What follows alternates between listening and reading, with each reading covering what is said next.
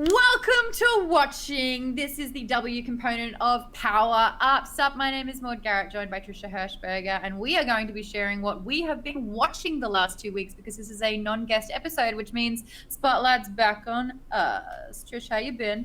I've been really good. Have you been, Maude? Yeah, look, July, it's busy. July is going to be busy. August is going to be busy. But you know what? I breathe busy. I mean, there's a lot of good stuff to watch on. I see everyone right now that's watching this live in the Twitch chat saying, Hamilton! And with that, let's bring in Amy to talk about what's going off. The problem is, though, Amy, because it is celebrating Hamilton's release today on Disney+, you have to sing us the news. What? Sorry, you were breaking up there. That's weird how that just happened. But Amy, you are a big Hamilton fan, yes? Yeah. Yes. Casual fan in that I have never seen it. I will watch it for the first time tonight. Same. But I know a lot of the songs, so it'll be fun. I'm really excited. We're actually having a watch party, virtual watch party. Okay, so yes, what's going off? Drive-in theaters are happening. There's some musical things happening there too. Walmart will be transforming 160 of its store parking lots into drive-in theaters. Yeah, that's pretty brilliant. Right? That's really smart. Yeah, that's smart. Oh, damn. So beginning in August, all the way until October, Walmart will show a total of 320 drive-in screenings at store parking lots across the U.S. So they will have concessions and then even some special appearances from filmmakers and celebrities. The schedule and details has not been announced yet, but yeah, it's like a pretty big deal, and drive-ins are popping up again. So, that's honestly the time that's turned around as well, seeing the fact that we haven't had a release in a movie since the second half of March. Like, that's actually really quite brilliant. I wonder though, is this like a separate third party thing, or will this count towards box office sales? Are they integrated with the box office at all? That was my question. Yeah. What I do know is that the screenings will be operated by Tribeca Enterprises. They're the same company that's operating a month-long drive-in pop-up theater at the Rose Bowl in Pasadena. So they just did Jaws yesterday, and they're doing stuff until the 26th of July. So it feels like a separate thing. Got it. The ideas for the movies, I don't really know what those are. So if people can bring in new releases and release them that way, that might be an option. I don't know, because that means that Walmart just became the new AMC. What? I mean, it doesn't. That's my thing. Is like, I wish that this was Regal or AMC or a theater chain that was trying to recoup some losses by partnering to do this. My concern is that everyone's cinema money is going to go to Walmart, who is already making tons of money and doesn't need any more help. Like, I don't want to help out Walmart anymore, but I would love to go to a drive-in and support AMC or support Regal or support like a floundering theater. Like, we have the Lemleys out here, something like that. So I need to do some more research into Tribeca. Yeah. Agree. Especially, there are a lot of drive-in theaters that were already out and like doing their thing before this. And I would hope that those are the ones that are also hopefully doing better. But yeah. Fingers crossed. I'm like so trying to support small businesses and stuff right now because I feel like they're the ones that really need our dollar bills. I'm like, when is Amazon going to buy this idea? Yeah, well, I mean, Walmart's one of the biggest. Walmart. So. Huh? I've never been to a Walmart. Good for you. I don't even know. Not missing much. I don't even know where they are. They're Target. Not an endorsement. There aren't that many of them in LA. That's why, because there's Targets in LA proper. The closest Walmart to like LA proper, there's one in Panorama City, I think. Oh, okay. There's Burbank Town Center. There's a Walmart. Burbank. I thought that was by Ulta. Oh, I didn't know there was one in Burbank either. Well, there you go. Burbank's the closer one then. But yeah, so I'm all about supporting cinema if it's going to actual theaters and going into box office revenue and supporting the entertainment industry, then I'm all about that. So good news that more people will be able to see movies. They're probably going to tailgate it. Walmart customers, yeah, that's a tailgate. Oh, go, yeah. Oh, wait, I got chicken. That was a stereotype. But it felt kind of like nice for me to be able to like do an American stereotype because usually it's the opposite way. So, hey, all right. You can do American anytime you want, Maude. Thanks, pretty lady. Yeah. All right, Amy, thank you so much for telling us what's going off and letting us know the news. We'll have you back in just a bit for Bombs Away Q&A. But Maude, what are you watching? I'm watching Doom Patrol! Finally, everyone's been saying how good Doom Patrol is, and I made a point on my show, Fresh Daily, which is on the Quibi app. We do deep dives where instead of just telling you about the show, we actually watch it and review it and give it a little bit of feedback. So season 2 is already out quite recently. So I ended up only watching the first 2 episodes of season 1. There's 15 episodes in total. If I could have watched more, I would have. And then I jumped to season 2 to watch the first episode of season 2. And there's a lot, it's a lot different. They're growing their team. There's an expansion. But I really liked the setup. I think the pilot of Doom Patrol is awesome. I really like that we got Brendan Fraser back. He plays, I'm going to butcher all their names because I'm still quite new to it. He's Robot Man. That's Robot Man. And then we have Elastigirl, who is this old Hollywood glamour actress who they basically are getting their abilities because some extraterrestrial kind of thing has touched them or literally taking over their bodies. Or in Robot Man's case, he was in an accident and didn't survive, and so basically his brain was put into this robot's body. But I'm really digging the writing. Alan Tudyk is kind of like the villain of the first season, and he narrates it, and it's done in a way where they are making fun of themselves and the superhero genre. And that was really refreshing. They're like, yes, we are here for another superhero TV show. Yes, another one. Can you believe it? There's so many already, but ours is like something that you haven't seen, and you really haven't.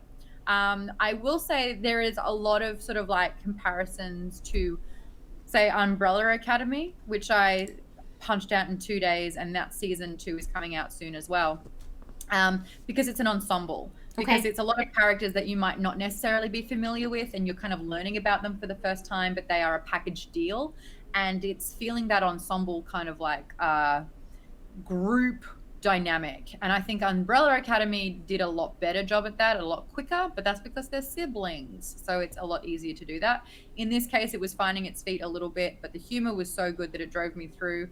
And now I want to go back and finish all of season 1 before I continue any more of season 2. Have you watched it? I have not watched it all, so I was just going to ask you, Doom Patrol, the first season was only on DCU, right? Yeah, I'm pretty sure it's now available on HBO Max. And now it's on HBO Max. I do not have either of those services. So when you said you watched Doom Patrol, I was like, what even is that? I don't even know what that is. Like, it's not even on my radar. But I loved Umbrella Academy. So if you're comparing it to that, then that's a very winning endorsement for me. But yeah, DC Universe, I didn't watch. And HBO Max, I don't have and I don't watch. Yeah, HBO Max is a funny one because it's like, it was really over-promising, but then it was like, we've got all the Warner Brother DC comic movies, and then they're like, psych, you've only got them for the first month. And of course everyone's like, no, it's a catalog streaming service. Right. It's not you have it for 30 days and then you don't have it. So now they've all gone back on to HBO Max, so you will have the whole slate there. And the Snyder cut of BVS is going to, I think, come out end of next year. Okay. Yeah, we'll see. I mean, as soon as HBO Max is on Roku, then I will have HBO Max. But until that point, I don't need another thing to do at my computer. And it's another like $13.99 or a lot. It's more. It's like considerably more. It's more than HBO Now? I thought it was supposed to be the same price as HBO Now. What's HBO Now? What's HBO Go? So HBO Go is HBO streaming for cable customers that already pay for their HBO through a cable company. HBO Now is just the streaming service. So if you don't have cable and you just want to get HBO streaming, you get HBO Now. Got it. Now they have HBO Max, which has additional content and is a streaming service. And I thought it was supposed to be the same price as HBO Now. You just get more. But they haven't made deals with Amazon Fire Stick yet, and they haven't made deals with Roku yet. So you can only get it, I think certain smart TVs can get it. And of course you can get it via browser, via their site. But they need to make deals with everybody and become more universal before everybody can get Max. Now and Max are the same price. Yeah, that's what I thought. Because it's kind of a no-brainer. If Max just has more content, it's like Now, but it has more content for the same price. Why wouldn't everybody get Max? Why is Now different to Max? Now's redundant. Yeah, so I heard that they're changing it, so it's no longer going to be HBO Go, HBO Max, and HBO Now. They're changing the names. It's confusing someone like me. Then the rest of the world doesn't stand a chance. Yes, exactly. Exactly. When entertainment is like what you and I do for a living for the most part. So yes, totally. I think they're cleaning it up last I read, but I couldn't remember what they were cleaning it up to. But they're trying to clean it up. I don't have my glasses on, but tell me about Tales of the Poop. Tales from the Loop is on, it's an Amazon Prime series. I've seen the first 2 episodes. I didn't like it. Oh, really? I liked it. Nate had heard good things from a coworker, so we decided to start watching it. We just finished the whole first season last night. We were watching 1 episode a night for the past week or so, week and some change. And it's okay. I would even give it an above average. I would say it's like Black Mirror without the disturbing portions. It's like Black Mirror, but a really boring date. You thought the show was boring? I thought the pacing was incredibly slow. I think that the episodes were 20 minutes longer than they needed to be. Man, sick burn to Jodie Foster. I didn't see that episode. I only saw 2, and that was the one with the robot in the woods, the ATST, Chicken Walker, but not. And the other one was the bracelet that stopped time. And I just saw, I don't know, really awkward sex scenes. But yeah, it's like it had so much momentum, but then it just kind of like paused a little bit. I preferred Black Mirror, and it's Twilight Zone season 1 and 2 are a lot like this as well, but they've got a lot more sort of purpose and drive. This one, it's more of like the scenic route, and you get to kind of look around and enjoy. Yeah, I mean, Tales from the Loop is definitely more of a slow burn. Every episode is from a different character's point of view, so you're kind of learning about this town and this anomaly that is the loop through different characters' perspectives.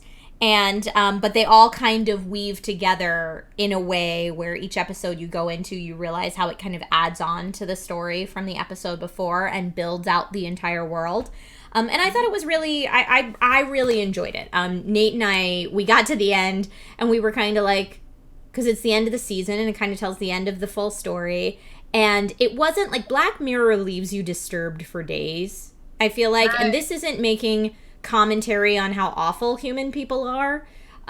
This is just making, like, there are certainly, like the episode you saw, Maude, on the mirror that stops time. I felt like that was reflective of and trying to convey a message of, like they kept saying it in the episode, why can't we just be as in love and excited as we are in the beginning? And it relates it from this kind of fantastical experience where they're stopping time to what's happening in the characters' real life and in their family's real life. And so every episode, like a Black Mirror, examines a part of humanity in a way that I think we don't often get to see it. So that's what I found fascinating about it. But I will, full disclosure, we finished the first season and my husband and I looked at each other and said, well, that was a thing we did. Yep. So I wouldn't say like best series of all time, but as something I've been watching, it's like, it was okay. It was above average. As someone who really likes that genre, I would recommend it if you're looking for something new to watch and, you know, your TV to-do list isn't this long already, which is the case that we were in. Like, we binged Queer Eye season 5 and needed something new. That's the show we watched together, and this filled that void. So now we need to find something else. You've already seen Watchmen, huh? Mm-hmm. Yeah. Watchmen's great. Watchmen after Doom Patrol. My back catalog is so long, but I'm going to watch Hamilton tonight.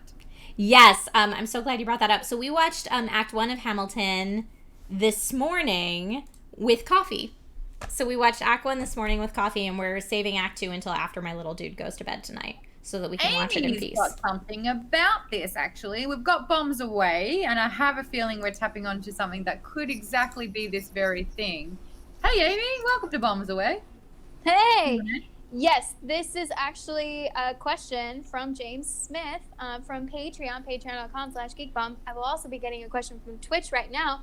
But James asked, is anyone excited for Hamilton on Disney+? So, Trisha, you're saying you've already seen the first act? I saw the first act this morning. Well, because Nate and I really we considered staying up till midnight last night because that's when it was here on Disney Plus Pacific time. It was midnight, 3 a.m. for the East Coasters, which I saw East Coasters who stayed up until 3 to watch it at 3 when it came out on Twitter. And I'm like, hats off to you. We're tired parents. We fell asleep. We couldn't even. Yeah, we couldn't even make it till midnight. But the excitement's real and the excitement's there. So this morning we got coffee and I toasted a bagel and we sat down and we watched Act 1 with breakfast. And as predicted, our tiny human was not as into it as we were. And we were, distracted at parts. So we stopped at the intermission and said, okay, after he goes to bed tonight, we will watch the rest. But my husband has seen it on Broadway. He had a friend who was in it. So he was able to get tickets. They weren't free. He still had to pay for them, but it's so hard to get Hamilton tickets on Broadway that at least he was given the option to purchase tickets because his friend was in it when he was there on a work trip. So I wasn't there. So I haven't seen it. We actually had tickets to see the tour of Hamilton here in Los Angeles the day that everything shut down. So the day that LA was no group gatherings, we had tickets for that night. It was a Wednesday night. I called at 9 a.m. and I said, hey, is the performance still on for tonight? And they said, as of right now, the performance is still on. So I called and made dinner reservations at the place we normally go to dinner across the street from the theater. And we had a sitter lined up and all of it ready to go. And then at 1 o'clock, I saw on Twitter that LA was shutting everything down. And so I called them again at 1 o'clock, and this was an 8 p.m. show. I called them again at 1 and I was like, is that performance still on for tonight? And there was a recording that was all performances are closed indefinitely starting this. And I was like, okay, cancel the sitter, cancel the dinner reservations. And so I still haven't seen it. So Hamilfilm, #Hamilfilm is my first viewing experience. Those tickets were non-refundable, if I remember, because I saw a news report about it. They keep letting us reschedule them for a date in the future. Okay. We have season Pantages tickets, so we have 5 or 6 tickets, 5 or 6 shows worth for the rest of the year that we're going to have to refund or exchange for a show at a later date when the Pantages opens up again. I don't know if I'm a musical person. I'm discovering more and more that I know, Amy, I'm sorry, that less and less I'm into it, which is weird because I loved all the Disney movies growing up, but I'm not sure if my dead heart is just warming up to it anymore. Well, musical theater is very different than the Disney movies. I mean, some Disney movies are musical theater-esque, but live musical theater is a totally different ballgame. Have you seen, Amy, this is for you because this is your jam, Central Park, which is the new Apple Plus musical. It's kind of like Bob's Burgers meets musicals about Central Park. I watched the first 2 episodes and I was like, this is not for me. But it's got a 91% rating on Rotten Tomatoes. Well, I don't have Apple TV anymore. The Apple, what you just said. Yeah, Apple TV What was it? Apple TV Plus, yeah. But I'm aware of everything that happened recently with the characters and who was voicing whom. Yeah. She was playing a half-black girl and she stepped down from the role, which I actually thought was quite strange. And it didn't sound like Kirsten Bell. I'll never get Christy or Kirsty. I will never get it. If you're a Christy or a Kirsty, for life, I will never get your name. Yeah, but Kristen, it's Kristen Bell. Kristen. Is it Kristen Stewart or Kirsten Stewart? Kristen Stewart. Kristen. Mm-hmm. Is there a Kirsten? Is it Kirsten Dunst or Kristen Dunst? Kirsten Dunst. Oh, come on! Which one's wig? Normally I go to you, Maude, for the celeb pronunciation question, so I'm happy that even Maude sometimes has questions. Kirsten Dunst? The rest are Kristen that you mentioned. Got it. Well, Kirsten is throwing me off. If everything else is Kristen and there are no Kirstens, But there is Christy is the lead of the Babysitters Club. Oh man, how do I know that? There's Kirsty. There's a Kirsty. There are Kirsties out there. Yeah. What? You can't do Kirsty anymore. It rhymes with thirsty. That's never gonna work. But yeah, Thirsty. musical theater, I don't want to say is an acquired taste, but like, Amy, you're probably the same as me. I grew up with musical theater. Like, I grew up on the East Coast, so I could go to New York and see Broadway in high school. And I could, like, listen to Broadway tunes all the time. And it's you know, everything together. It's not just the music. It's not just the story. It's the lighting. It's the costumes. It's the choreography. It's the staging. I did actually over Christmas. I think it was last year or the year before. I saw the Love Actually stage play. Loved it. I cried a lot. I cried a lot. Nice. Yeah. Amy, were you a theater major in school? I was a theater minor, only because I couldn't do both. But I was a comm arts major. You weren't 18? Huh? Theater No, I didn't hear it. Wait, no, try it again. Try it again. Try it again because I didn't hear Already it. gone. I'm sorry. Bye. Were you not 18? Is that why you're a theater minor? But that was worth it. That was worth it. Thank you. Yeah. No, but I also my mom loved The Sound of Music, so I grew up with that, and I watched My Fair Lady and Grease, and I was Mary in Fiddler on the Poppins. Roof. Love Mary Poppins. She pulls out purple shoes from the bag. The purple shoes, I was hooked on. And then, of course, I watched it, 6 years ago. And I was like, purple shoes, the purple shoes. It is a blink and you miss it, not even center of frame movement. And I was like, as a kid, I locked onto that moment so hard. Ah, man, the children's mind, that is a fascinating thing. You never know what they're going to retain or what they're going to forget. Anyway. But yeah, I mean, the musical theater world is a vast, large world, but I think maybe it's just the right musical for each person, that I think that that's the right one. And you could also say this with horror movies. L_Efron from Twitch asked, what is a summer-themed horror movie you would recommend? A summer-themed horror movie? Oh, Midsummer. That's summer. I know what you did last summer. Hey, we just won. Hey, like if this was an American challenge quiz where it was like American Race, what is it called? The Great Race? Oh, The Amazing Race? That'll do it. And they were like, to get through to the next round, you need to say 2 horror movies with summer in the title. Trisha and I, we just did it. and then we do our handshake. Ready? Ready? Yep. Boom. Oh yeah. Okay. That thing. Uh-huh. Oh no, that's not working. I was gonna try and be your. Oh yeah. Oh wait, hold on. It's so backward. There we go. Yes. Oh, it won't work that way. Just works the one way. Ridiculous. Ridiculous nonsense. I don't watch a lot of horror movies. I watch a lot of musical theater, so I can speak to that way more than I can speak to horror movies. But you know this, Maude. I don't know if you know this, Amy, that my partner in crime, Nate, used to be a professional musical theater performer. That was his job for years in New York City, and he toured as well.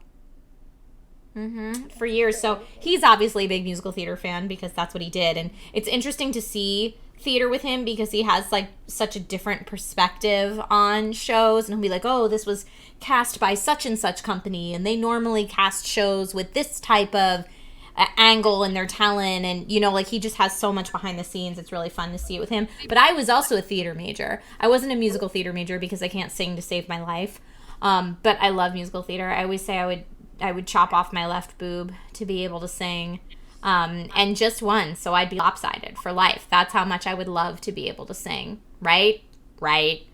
But singing is not a skill I was blessed with, so musical theater only happens for me in the car and in the shower.